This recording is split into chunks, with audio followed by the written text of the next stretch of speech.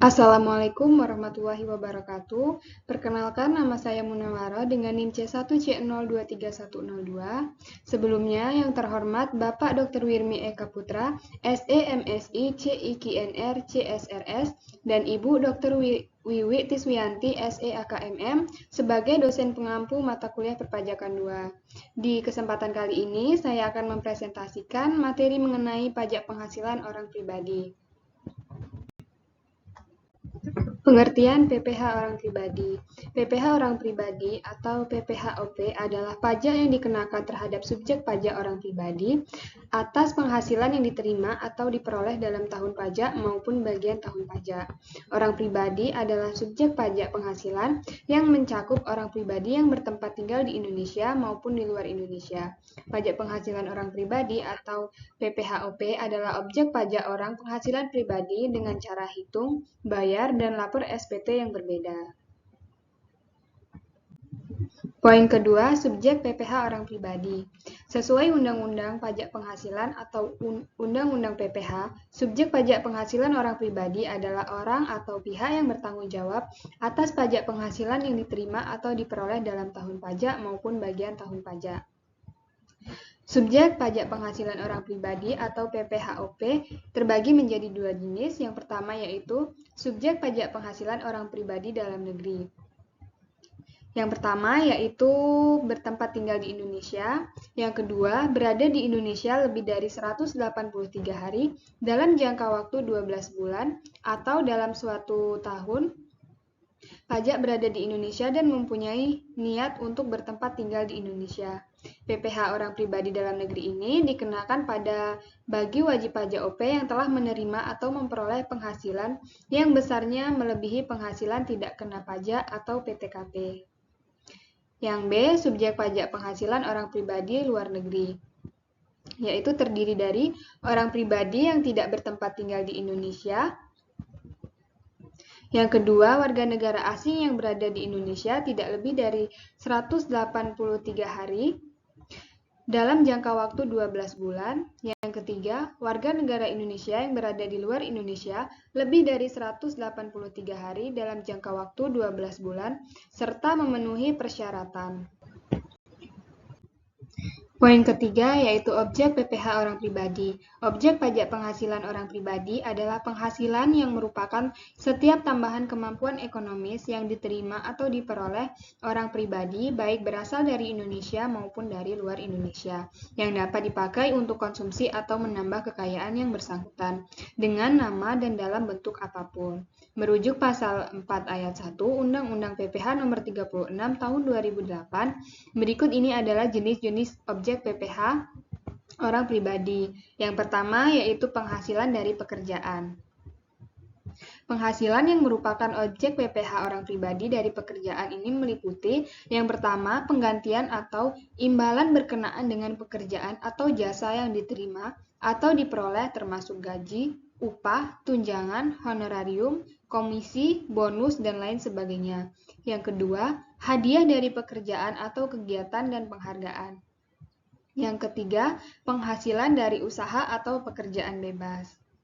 Poin kedua, penghasilan dari modal atau investasi. Penghasilan dari modal atau investasi yang merupakan objek PPh orang pribadi diantaranya yang pertama, keuntungan karena penjualan atau karena pengalihan harta, termasuk yang pertama, keuntungan karena pengalihan harta kepada perseroan, persekutuan, dan badan lainnya sebagai pengganti saham atau penyertaan modal. Yang kedua, keuntungan yang diperoleh perseroan, persekutuan, dan badan karena peralihan harta kepada pemegang saham, sekutu, atau anggota. Yang ketiga, keuntungan pengalihan harta dalam likuidasi, penggabungan, peleburan, pemekaran, pemecahan, dan lain sebagainya dengan nama dan dalam bentuk apapun.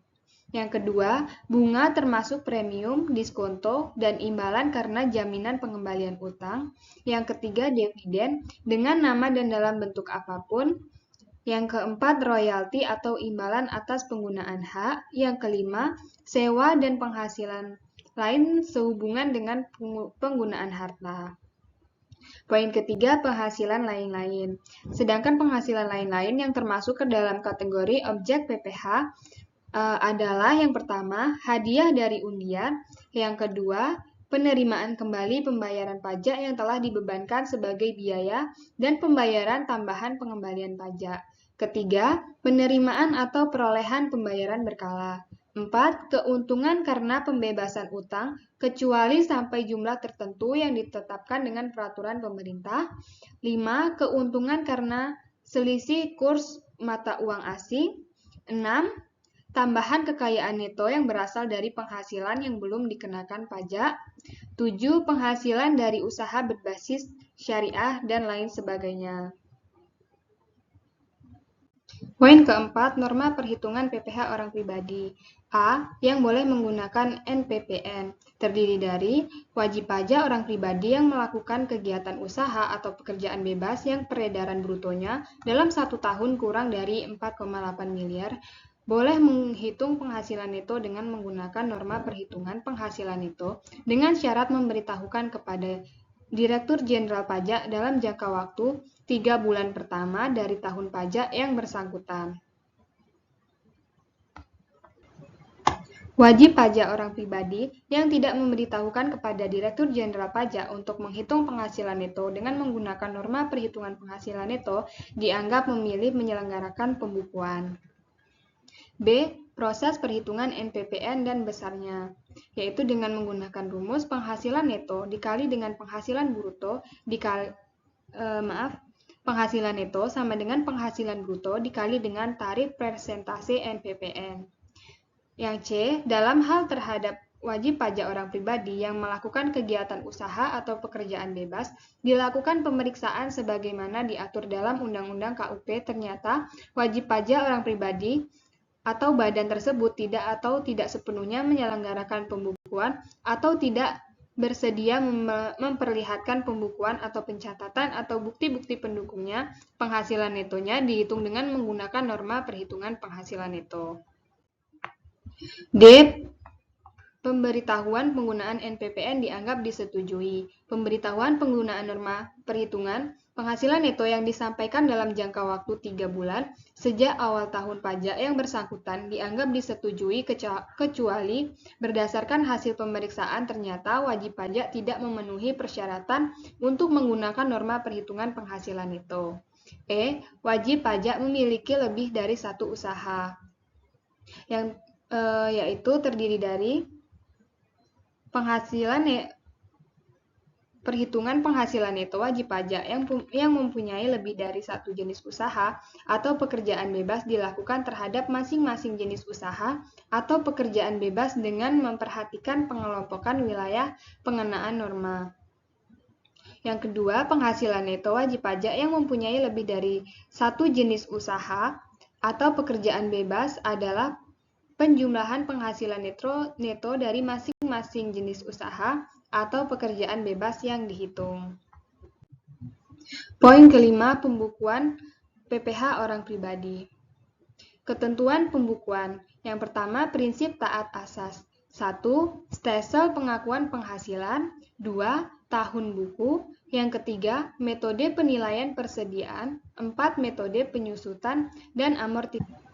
Pembukuan sekurang-kurangnya terdiri dari atas catatan 1. Harta, 2. Kewajiban, 3. Modal, 4. Penghasilan dan biaya, 5. Penghasilan perolehan dan penyerahan barang atau jasa, termasuk penjualan dan pembelian.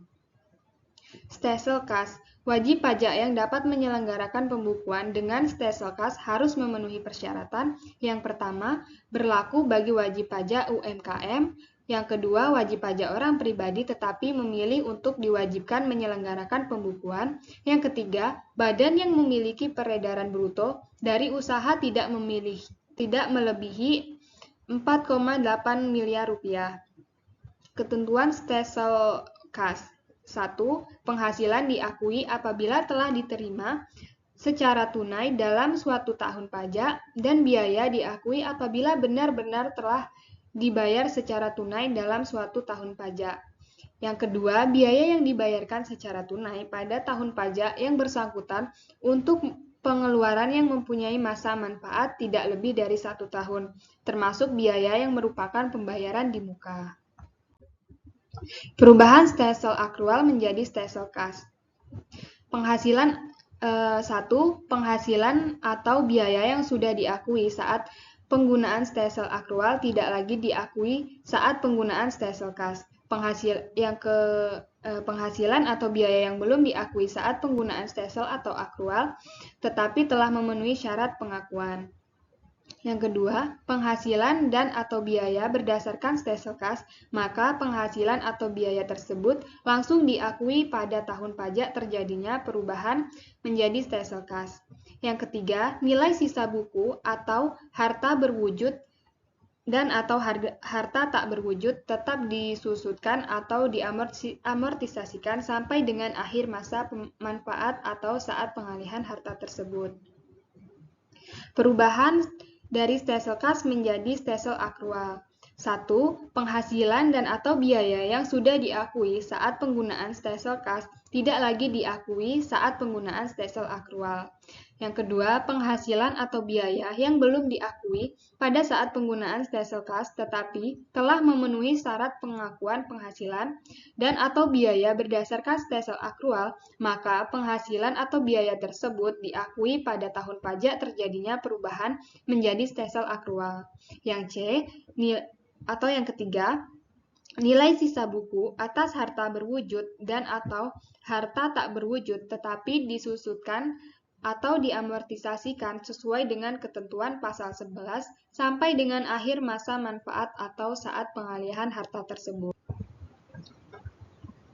Poin terakhir yaitu tarif PPh orang pribadi. 1. Lapisan penghasilan kena pajak sampai dengan 60 juta dikenakan tarif sebesar 5%. Yang kedua, lapisan penghasilan kena pajak di atas 60 juta rupiah sampai dengan 250 juta rupiah dikenakan tarif sebesar 15%. 3. Lapisan penghasilan kena pajak di atas 250 juta rupiah sampai dengan 500 juta rupiah dikenakan tarif sebesar 25%.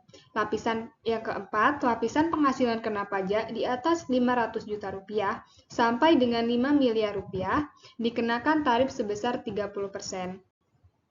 Yang kelima, lapisan penghasilan kena pajak di atas 5 miliar rupiah dikenakan tarif sebesar 35%. Kesimpulan, objek pajak penghasilan orang pribadi adalah penghasilan yang merupakan setiap tambahan kemampuan ekonomis yang diterima atau diperoleh orang pribadi, baik berasal dari Indonesia maupun dari luar Indonesia, yang dapat dipakai untuk konsumsi atau menambah kekayaan yang bersangkutan, dengan nama dan dalam bentuk apapun. Subjek pajak penghasilan yang mencakup orang pribadi yang bertempat tinggal di Indonesia maupun di luar Indonesia. Sebagai subjek yang dikenakan pajak atas pendapatan yang diperoleh, wajib membayar dan melaporkan pajaknya. Baiklah, itulah tadi materi yang dapat saya sampaikan. Mohon maaf apabila terdapat kesalahan dalam penyampaian materi. Saya akhiri, wassalamualaikum warahmatullahi wabarakatuh.